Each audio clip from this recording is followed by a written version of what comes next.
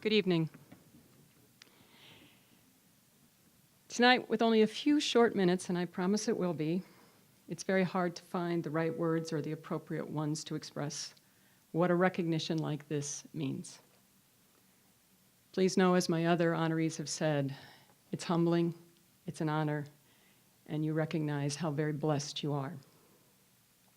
I too want to thank the Business Record and Connie Weimer for hosting this event honoring not only tonight honorees, but all women who have done so much to prosper and grow this community.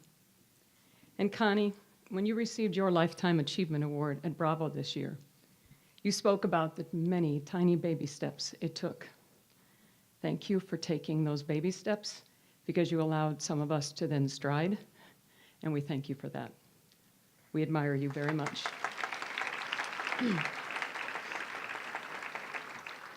As I read the stories of my fellow honorees, a few words did come to mind. Once upon a time. We are a very diverse group of honorees. We have different passions, different careers, and our journeys have led down many different paths. But yet, collectively, we spoke of the common perspectives of the shoulders we have stood on, and the many who have cared and mentored us along our journey, and who taught us the importance of giving back. My sincere congratulations to all of you, an impressive group of women. Influence. It's a word I have always found to be powerful, but so hard to achieve. It is not something you just get up and do. It doesn't happen just because you have a brilliant idea. Influence is certainly a skill that must be learned, practiced, and perhaps one of the most difficult to perfect and to mature. I frankly think it's an art. Tonight, I'm going to talk about influence a little differently. I'm going to talk about assets, liabilities, and butts. Yes, a banking CPA is going to talk about assets, liabilities, and butts. You're on the edge of your seats now, I can tell. And as I was reflecting on what to say, here's what came to mind. The 150 plus performance reviews I've had in my life. Yeah, the dreaded performance reviews. The earliest these began in grade school, when my parents would talk to my parent-teacher conference, my teachers at my parents' teacher conferences. They'd come home and the conversations would go much like this. Your teacher says, you work hard, you apply yourself, you listen in class, and you are a good student. You are kind to your peers and respectful to your teachers. Voila, my assets. So I was feeling pretty good about myself, but you all know what comes next. It doesn't last very long because then there's the big, but they also said, and this was like Groundhog Day at my life, all through grade school. You talk too much. You can't sit still. You're very social. They try to help moving you away from your friends so that you can be quiet, and you just make new ones. Yes, my liabilities. So my parents would congratulate me, making sure I understood how important my grades were to them, but equally was treating others with kindness and respect. And then they would tell me, focus, sit down, zip it, because if you don't, these things could get in the way of your success. And so I did focus. I focused on my liabilities, making sure I was self-aware of my actions and the impact that they have on others and the outcomes that I wanted. I worked on turning those liabilities into the ability to further grow my assets. So that was grade school. Now let's jump to the last 40 years of some of the tougher performance reviews. And I'm going to say them very easily. You have vision, but at times others don't understand you. You're an executor, but you can be tough. You excel at excellence, but you set standards some see as unattainable. I think you're starting to get my point about assets, liabilities, and buts. And if you've heard me speak ever before, you've probably heard me quote the Apple mastermind Stephen Jobs, who said, "Your greatest asset is often your greatest liability. In most cases, two sides of the same coin."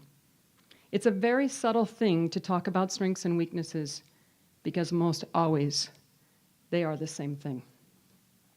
For those of you who know me, this zebra hasn't changed her stripes much from my formative years.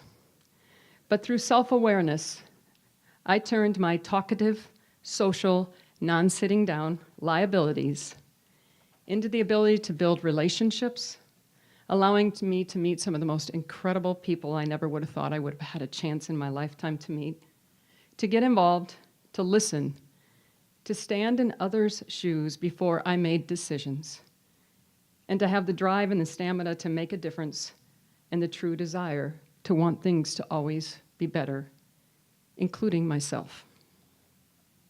You see, assets are often what you do, while our liabilities are often found in how we go about doing them. I have the distinct privilege to work for a company that strongly believes in giving back. And I'm proud that Wells Fargo provides $1 million per day to support the communities that we work in. And because I am a leader in that company in the position that I hold, I get to do and be a part of being an influencer. I feel the privilege, and I don't take for granted the opportunities Wells Fargo has allowed me to serve and to give back to this community. But tonight, I hope, and I too probably pray, that I'm standing here not because of the whats I have done and my listing of accomplishments, but hopefully because of the hows. I hope it's because others see me as a person who works with passion and purpose and who perseveres when people don't understand my brilliant ideas. Someone who walks the talk in a way that motivates others to get involved and follow. I hope they see me demonstrate humility, giving credit where it's due, and lifting others up, all towards the more common good, and one who teaches authenticity and the importance of vulnerability.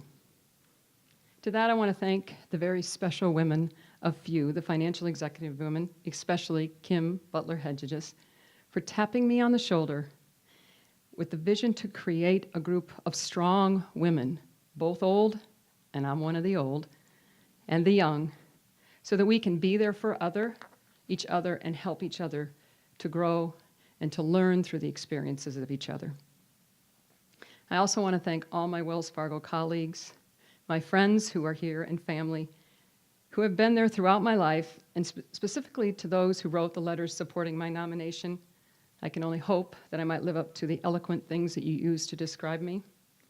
And Connie, I know why you don't let family members write them, because they'd have a lot more color to them. And last but not least, the other day I had the opportunity to speak to the 200+ college interns that are at Wells for the summer across our entire country. And near the end, during the Q&A session, one young man stood up and he said, "Ms. Coffin, could you please give us just the one and only the one thing that you think has been the greatest thing that has resulted in your success?" And I answered in a nanosecond and said, "Well, this one's easy.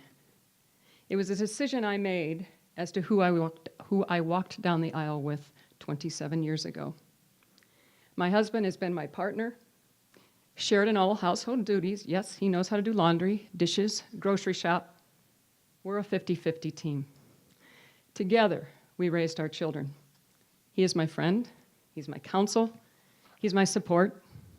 He lifts me up on those days that aren't so good, and he stands with me on the great ones."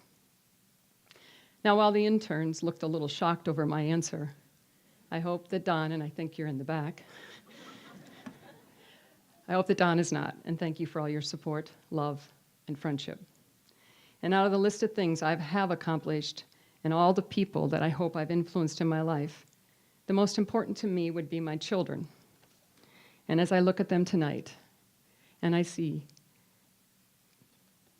the intelligent, respectful, successful, and incredible young adults you have become, you can know that I am feeling very satisfied that you are my best influential work and the work that I am most proud of. And I'm taking my 50% credit. Your dad is going to tell you he gets 90. I'm taking my 50. Thank you so very much.